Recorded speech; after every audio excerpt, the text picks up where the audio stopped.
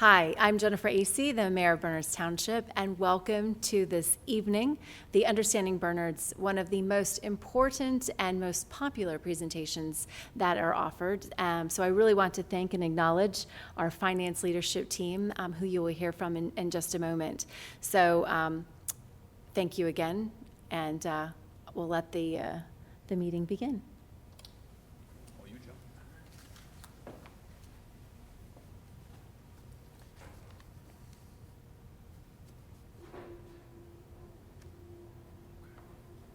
I want to thank you all for coming today. My name is Joe Desiato. I work in the Treasury Management Division in the Finance Department. Today I'll be just discussing the different types of divisions that Bernards Township has in their Finance Department. Each one of the divisions is headed by a subject expert, and today I'll be discussing their functions and responsibilities. The tax assessment mission statement is really to maintain a fair and equitable tax base for the township. This is based on sound assessment practices and to treat all property types and owners impartially. They currently have a staff of 5, headed by the certified tax assessor. They are responsible for identifying and placing a value on every parcel of land within the township's borders. We work on an annual reassessing that requires inspections for all properties over a 5-year cycle. So this breaks down to about 20% of properties inspected per year. The field inspections are a vital part of the program and are conducted throughout the year. All properties, physically inspected or not, will have their assessment reviewed annually. And at each year in the beginning of February, property owners are mailed an assessment postcard containing their assessed value for the current year.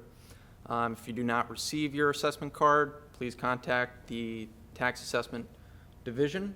So moving forward, we're going to talk about the Tax Collection Division. Tax collection is responsible for the billing, collection, and reporting of taxes for all non-exempt township properties. They collect, report sewer user fees for all properties within Bernards Township Sewage Authority. They have a staff of 3, headed by the certified tax collector. As of January 1st, 2024, there's 10,357 tax accounts and 7,228 sewer accounts. The 3 main things that the certified tax collector is responsible for is, again, billing, collections, and reporting of money and enforcement. Property taxes are based on the assessor's valuation of real property and levied for the calendar year. Taxes are due the 1st of February, May, August, and November, and there's a 10-day grace period for each. Sewer bills are mailed out mid-December and are due January 1st, and mid-June and are due July 1st. There is a 30-day grace period for sewer fees. Please note that postmark is not accepted for tax and sewer payments. They must be in the office on the due date or within that grace period. There's 4 different options to pay your bills. ACH, which is a free service. There's a credit card.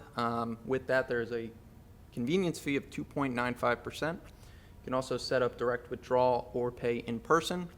Additionally, there is a drop box located by Recreation where you can drop your payment off. That's monitored 24/7 and is checked every single day. Different deductions are available for certain residents, including veteran, widow, and senior deductions. Additional information on these type of deductions is available. You just need to contact the tax collection department. Moving on, we're going to be talking about purchasing division.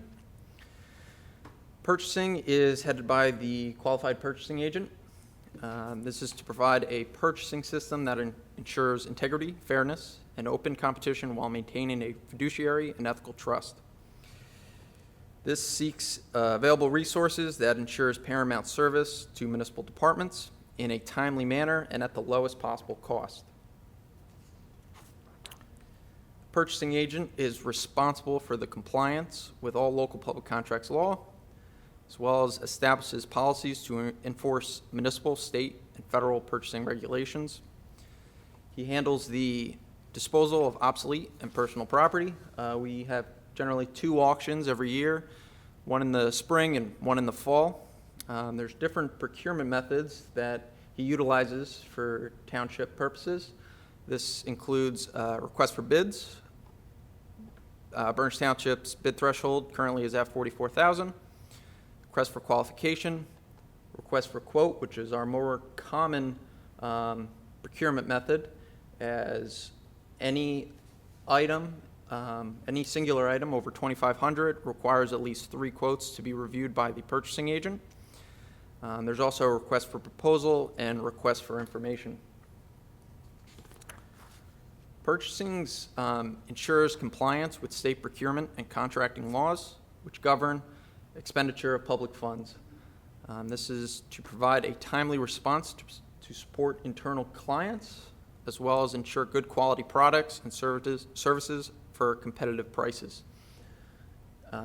He also keeps abreast with the current developments in the field of purchasing, maintains an understanding of different marketing conditions, pending and new legislation, as well as formulate and recommend purchasing policies and procedures for the township. Lastly, there is the Treasury Division. We are responsible for all functions relative to the receipt, disbursement, and reporting of township funds. This involves payroll. Berners Township does payroll in-house, which is a good benefit for employees, as any type of questions they have about their paychecks can be answered in a timely manner. Payroll also is in charge of reporting federal and state taxes, pension, 457 levies, and any other voluntary benefits. We also do accounts payable, cash receipts, as well as the maintenance of bank reconciliations. Berners Township has many different bank accounts, which are all reconciled on a monthly basis. Creation of books of original entry and general ledger. And the township does all these types of services for the sewage authority and library as well. The Treasury Division is also responsible for all financial reporting. This includes the annual financial statement, the annual and supplemental debt statement. Berners Township still remains debt-free. These 2 statements are available on the township website for review by the public, if interested. There's also the audits, both financial and workers' comp, payroll reporting for W-2s, IROC, which is internet-based reporting contributions, and Affordable Care Act. The AFS, or Annual Financial Statement, reports the results of all township financial activity for the prior year. This is due February for the prior year. Again, is available on the website for review. There's also a couple previous years as well. And Berners Township is one of the few towns in New Jersey who completes its own AFS. Lastly, I just want to talk about just to highlight the different shared services that the township utilizes. Now, shared services are powers, duties, and functions that can be shared between municipalities. These can help the cost for municipalities and possibly impact your tax dollars. With pressures on budgets, many are considering shared services with neighboring municipalities. A couple that we have on the screen here that Berners Township takes part in are the Sewage Authority, Library, Public Health, Court, and Somerset County Recycling. Thank you all for coming. With that being said, I'm going to pass it along to Dave.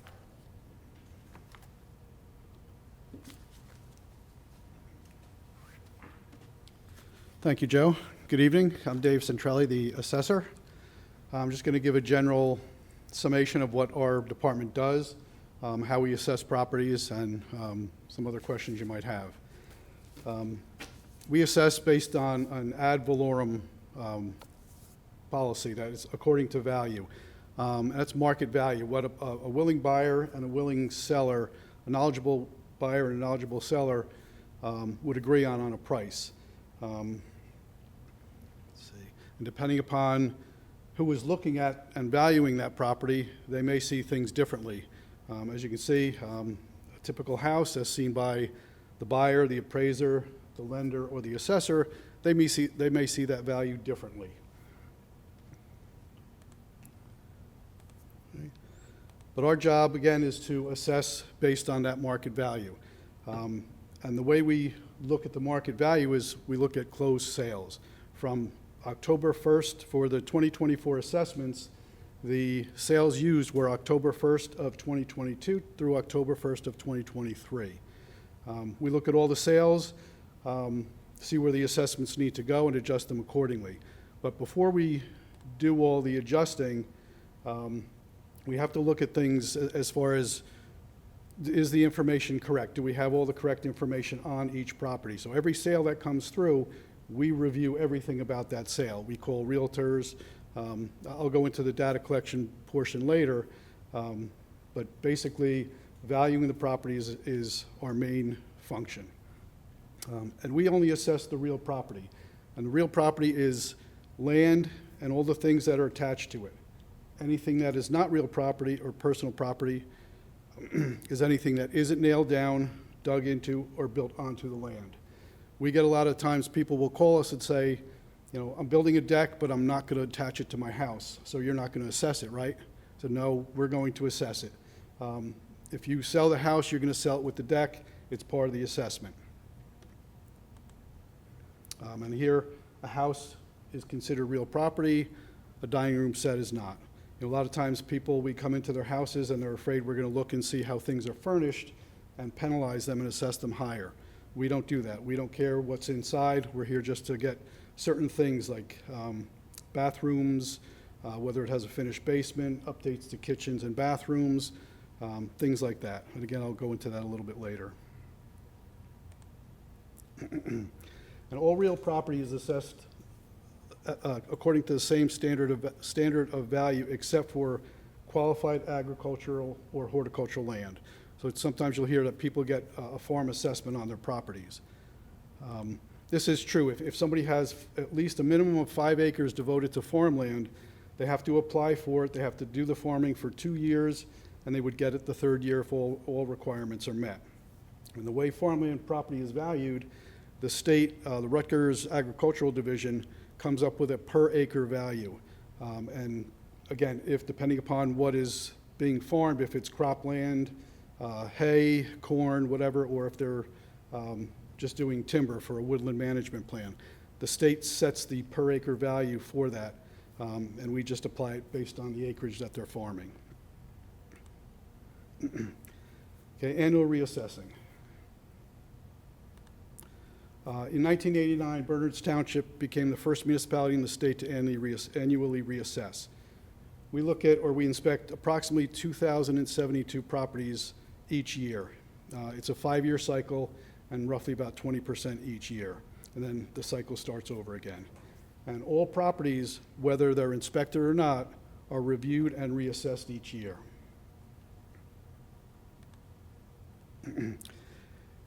Annual reassessing is revenue neutral.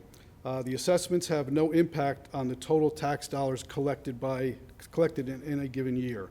The annual reassessing simply allocates the share of the total tax burden to each property excuse me, in proportion to the value of each property.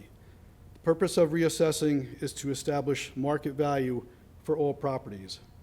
A reassessment can increase taxes for some and decrease taxes for others.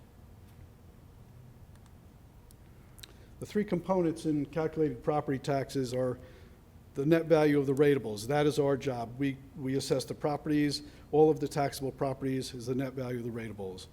The tax dollars to be raised is the budget, and the only missing thing is the tax rate. So once the ratables are calculated and the budget is finalized, the tax rate is calculated.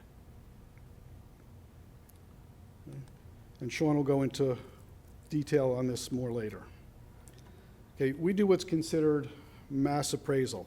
It's a systematic appraisal of groups of properties as of a given date using standardized procedures and statistical testing.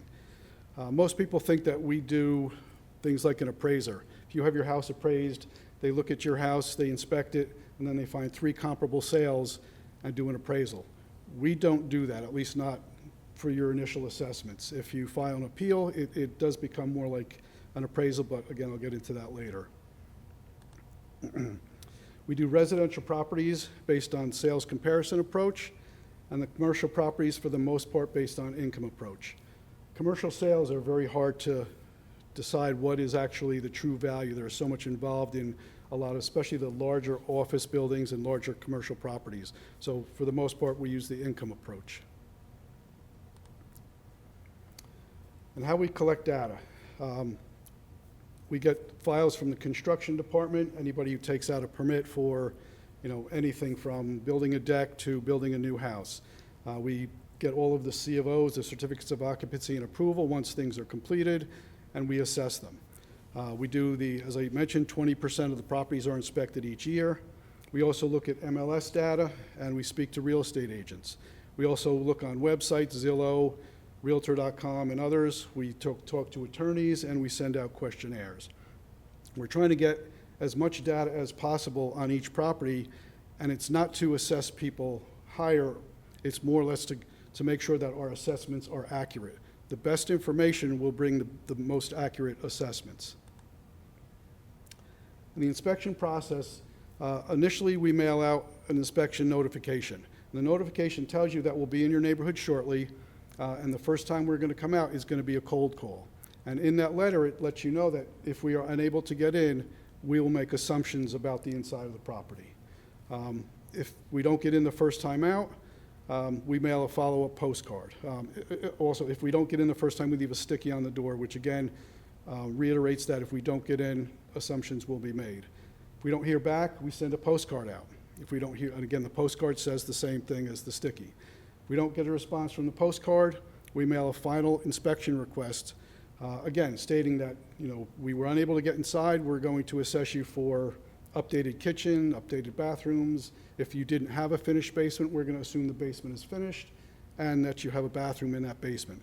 And also that the overall condition of the property is above average. And part of the reason that we've decided to do this, and this was all run through the proper channels. Somebody had come into our office one day and said, my assessment is always comparable with my neighbors. It's always within 2,000 or 3,000. And now this year I'm 20,000 higher. Why is that? We pull the property record cards and we say, oh, you have a new kitchen. He said, well, my neighbor does too. So we looked at the file and said, oh, we don't have anything on here. So he said, since I took out a permit and I got a C of O, you penalized me. And he was basically correct. So we petitioned the county. We said, this is what we want to do. If we don't get in, we're going to make assumptions. The county contacted the state. I'm assuming I just heard back from the county that, yes, we're okay to do that. So that's what we do. So if we don't get in, we will assume you have these updates. But we are 100% upfront, and we let them know 3 or 4 times that we will do this if we don't hear back. And the assessments are based on the October 1st of the pre-tax year. As I said before, the 2024 assessments are based on sales from October 1st of 2022 through October 1st of 2023. But we also use the sales and listings from October 2nd through the end of the year just to kind of see how things are going. And sales are researched to ensure accuracy and disclose any issues that might affect value. Sometimes a property may sell very low, and we'll call the realtor or attorney, and we may find out that somebody had to go into assisted living. They needed the money right away. They sold it below market value. So we would discount that sale and say that's not a usable sale. Okay. Getting to how properties are looked at by us and by a typical buyer. Here you have 2 properties. They're in the same development. They're the same model. One is nicely landscaped, has a nice kind of appeal to it. The other one has no landscaping. It's kind of a little bit more cold. The one without the landscaping. The one with the landscaping. Again, it looks a little bit more inviting than the other property. And this is the inside. Again, a buyer may look at the one property, it's sparsely finished and decorated versus something that is well appointed and nicely decorated. And here's the one with no decorations, or very little, and one that is a little bit more, again, a little bit more welcoming, a little bit more appealing. But this is all we look at. They're the same model, square footage is comparable, they both have 5 bedrooms, the bathrooms are somewhat comparable, one has a finished basement, they both have a walkout, one has an extra fireplace. Those are the details that we look at. Even though a buyer may purchase the one that had the nicer landscaping, the nicer interior, that may end up selling for more. But if all else is equal, they're going to be assessed the same. Now, the difference in these properties, the square footage, the bathrooms, the finished basement, and the extra fireplace, those are all things we can account for in the assessment that are different. So we do make assessment changes for those differences. The improvement values are calculated based on a state cost manual. All components have either a per square foot or a per unit value. Living area, whether it's first floor, second floor, basement, garage, patio, deck, they all have a per square foot value. Things like a fireplace or a bathroom, those have a per unit value. And all that, those initial values are set by the state cost manual. And then what happens is once the field inspectors go out, they enter the data, it's put into the system.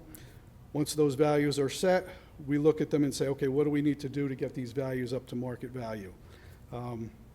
Excuse me. Okay, that's the improvement part of it.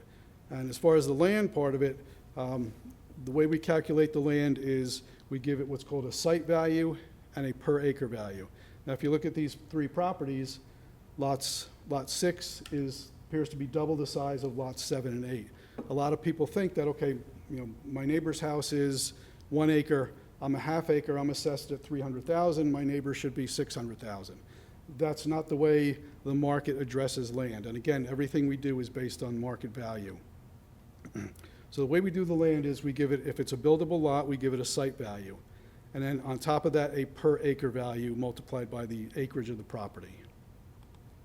So in this scenario, we're just going to assume lot 6 is 2 acres and lot 7 is 1 acre. In this neighborhood, if we gave it a $350,000 site value and a $30,000 per acre value, the 1 acre lot would be assessed at $380,000, a 2 acre lot at $410,000. The difference being the 1 extra acre of site value, or $30,000. And this is the actual acreage of those lots. Lot 6, the larger one is 0.69 acres, the smaller one 0.35 acres. So when you calculate everything out, the difference in assessment is only $10,200. Because when people buy a house, for the most part, they're buying into a neighborhood.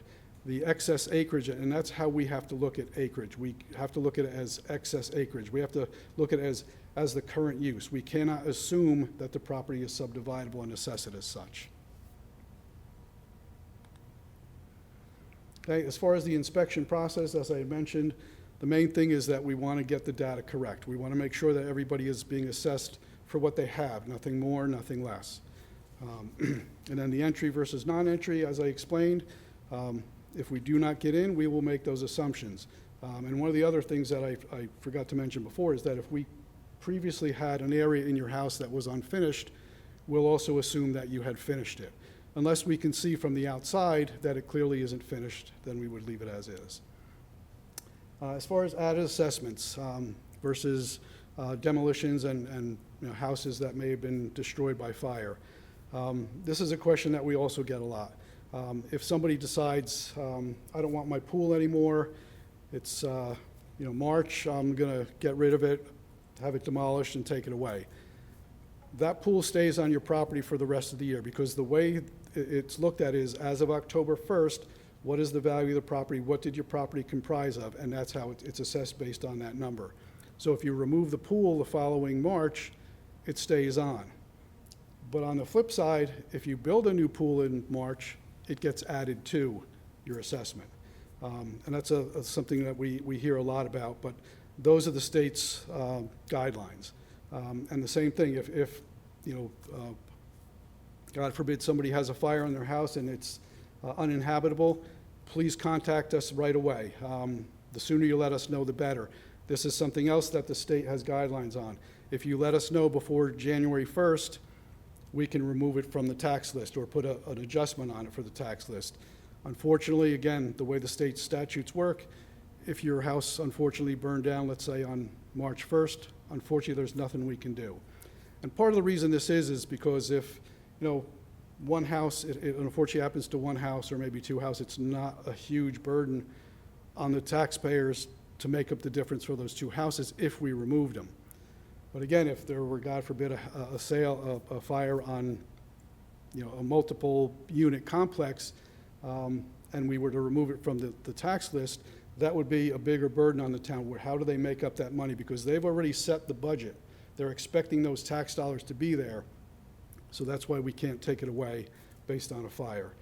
But there is talk of that being changed. So, and as far as assessments and appeals, as I'd mentioned previously, when we do our regular assessments, it's mass appraisal. If somebody files an appeal, it's more like a regular appraisal.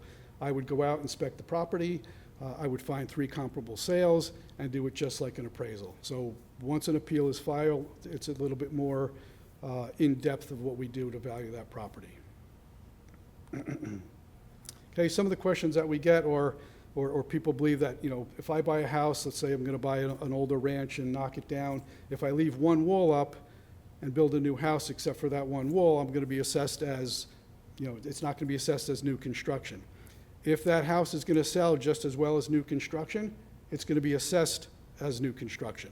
Again, everything we do is based on market value. Another one, I recently purchased my property for $1.2 million, but I should be assessed lower because I have wetlands, I'm on a busy street, I don't have a fence, I don't have white kitchen cabinets and gray walls, which is very trendy. And believe me, we do hear these things. If you paid $1.2 million for your house and it has wetlands and it's on a busy street, that is the value for your house having wetlands and being on a busy street. There would be no adjustment. That we may have adjustment already on there for wetlands, but again, that's a much deeper conversation.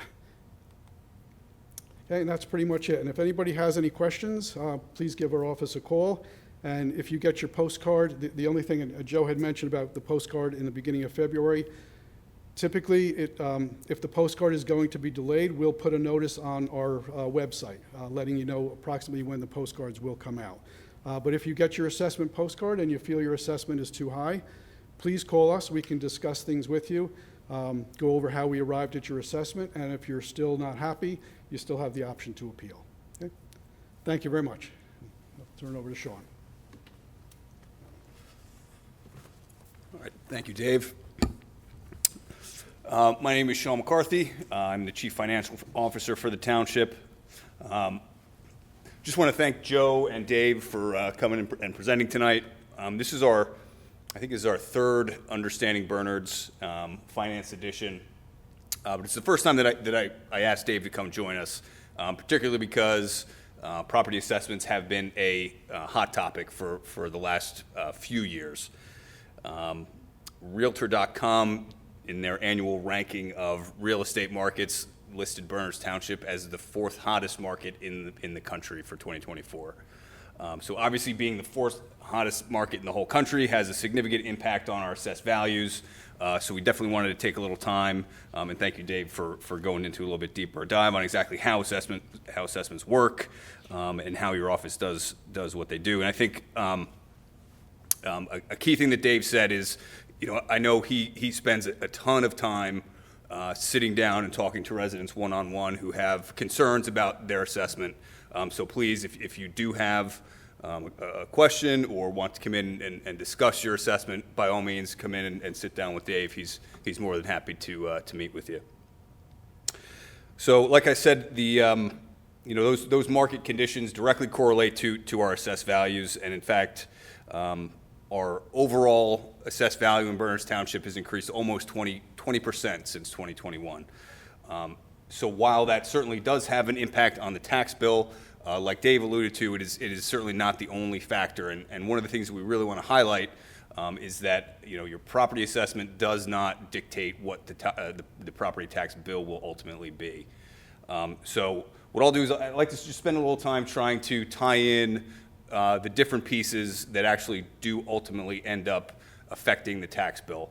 And like Dave had mentioned, those are really three pieces. It's the property tax assessment, the tax levy, which is driven by the budget of the township, the Board of Ed, and the county, and then also finally the tax rate that gets applied to the value of your home. So I usually start this off reviewing a couple of tax definitions. Dave kind of reviewed most of these with us already because they really pertain to assessment, but the first one I want to take a look at is the property tax levy, and that tax levy is the total dollar amount to be raised by taxation to be used as revenue to fund local government services and programs. So essentially that's the total pool of revenue that we collect to provide all the services that we provide. I'll just note there that property tax levy makes up roughly half of the revenue that offsets our budget every year, and we'll take a closer look at that in a second. Second definition then being the property tax rate. These are two distinct different things. The tax rate is the percentage rate calculated against the assessed value of each homeowner's property ad valorem or according to value.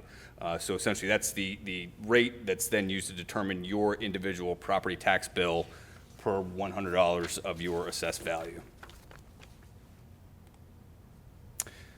So the township serves as the collecting agency for the four entities that are up on the screen here.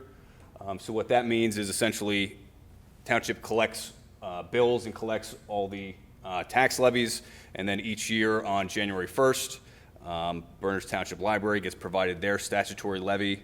For 2024, that was roughly $2.7 million.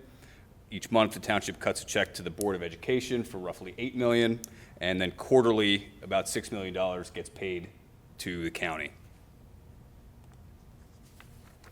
So here's all those tax levies, and this chart on the right shows the proportionate share of the total tax levy for each of the taxing districts.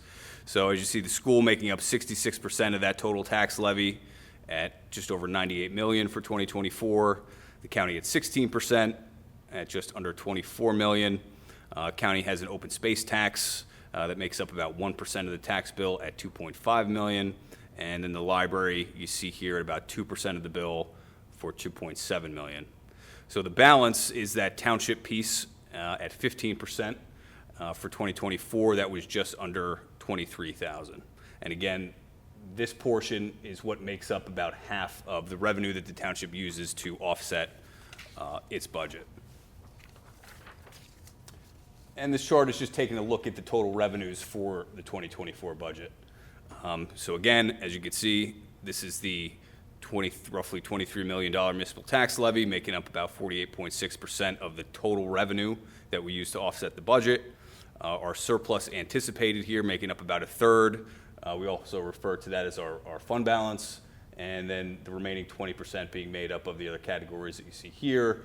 These are generally permits and fees, small piece for state aid, some revenue from our interlocal service agreements, and a few other small categories there.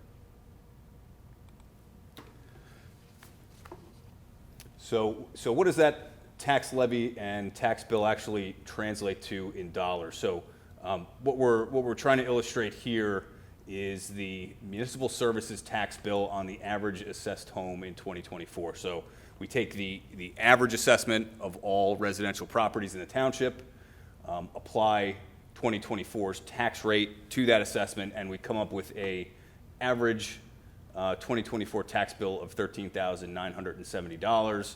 And then what we're illustrating is the portion of that tax bill that goes to fund each of the four taxing districts. So here you see the school of that tax bill is going to receive $9,141. County getting just under $2,500. The township piece at $2,112, and Berners Township Library at $251.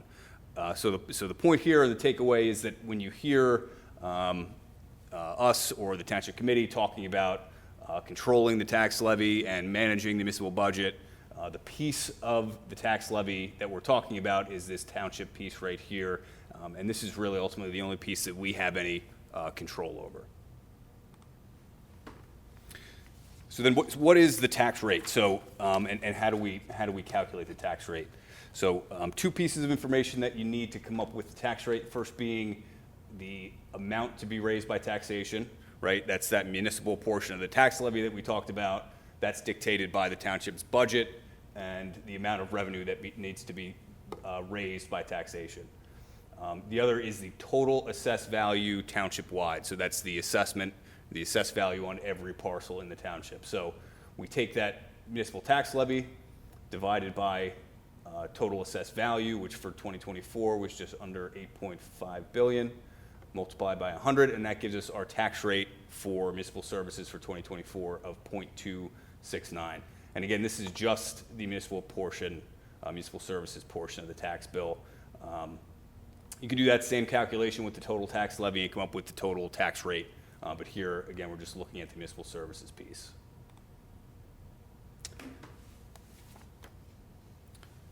So at this point, we know what the township's tax rate's going to be. We have our assessment card that came from the assessor's office in February. So how do we calculate what our tax bill will actually be? Here we just have an example home assessed at $500,000.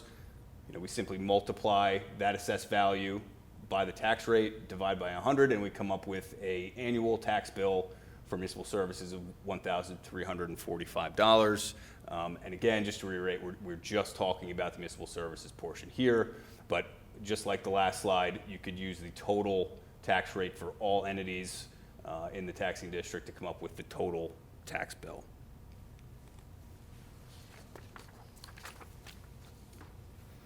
So now it's July, and we have our tax bill. Of course, the first thing that we want to see, first thing we want to take a look at is what is the change to the tax bill year over year.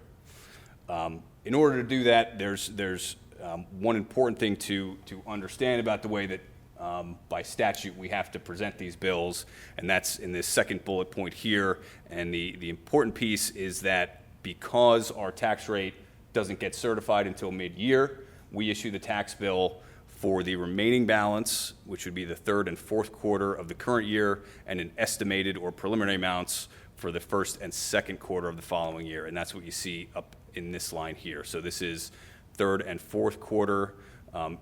In this example, this is a 2021 tax bill, so this is third and fourth quarter 2021, and estimated preliminary amounts for first and second quarter in 2022.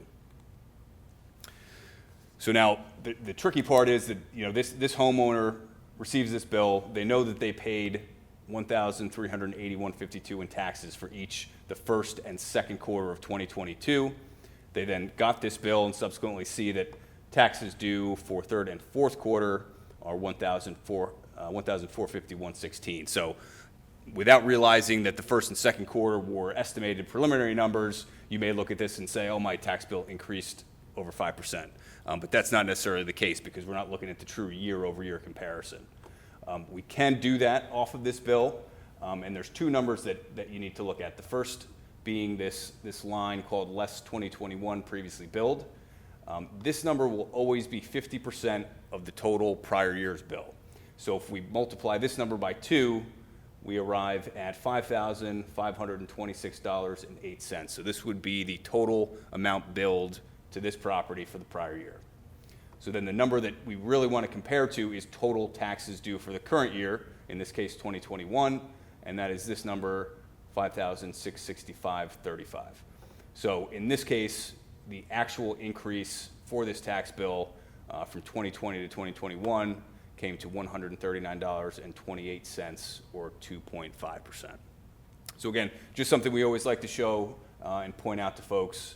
Unfortunately, the way that we are required to present these tax bills is not always the easiest to determine what the actual year-over-year tax change is. And then quickly, switch gears from taxation to the budget. Just give a general high-level overview of what's included in and funded in the municipal budget, and give a sense of what the budget process is. So all of the projects and departments you see listed on the screen here is essentially everything that gets funded from the township's budget every year. For this year, total township budget came in at $46.3 million. And the process for the budget every year essentially starts in September. So we actually just a few weeks ago started our 2025 budget process. And what happens there, it starts with all of our departments submitting their requests for the next year. So that includes capital and operating budgets. Once we've compiled those requests, the first thing that we do, typically in November, we bring all of our department heads together for a meeting to really discuss specifically the capital budget. In the past few years, our capital budget has been anywhere from $6 to $7 million, but those requests every year have been anywhere from $9 to $10 million. So that first meeting is where we do a lot of the work to really start to whittle down and prioritize those projects to come up with what will be a workable capital budget for the next year. So that meeting happens in November. Once we've got that number, as well as operating budget requests, which include all the department regular operating budgets and salary and wage budgets, we start having meetings with the Township Committee in February.